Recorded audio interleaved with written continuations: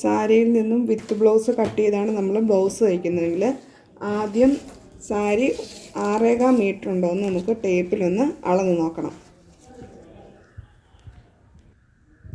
ഇത് correct 6.25 metre ഉണ്ട്.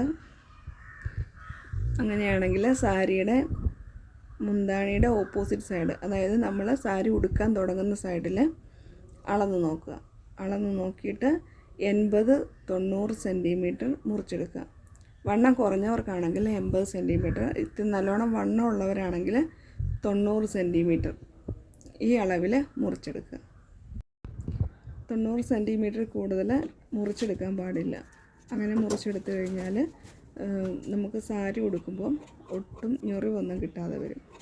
ഇതിപ്പം 2 കളറായതുകൊണ്ട് നമ്മൾ അളന്ന് നോക്കിയപ്പോൾ കറക്റ്റ് 90 സെൻറ്റിമീറ്റർ നമുക്ക് മുറിച്ചെടുക്കാൻ പറ്റും. മുറിച്ചെടുത്ത് കഴിഞ്ഞിട്ട് 2 സൈഡും ഒന്ന് മടക്കി അടിച്ചു കൊടുക്കണം.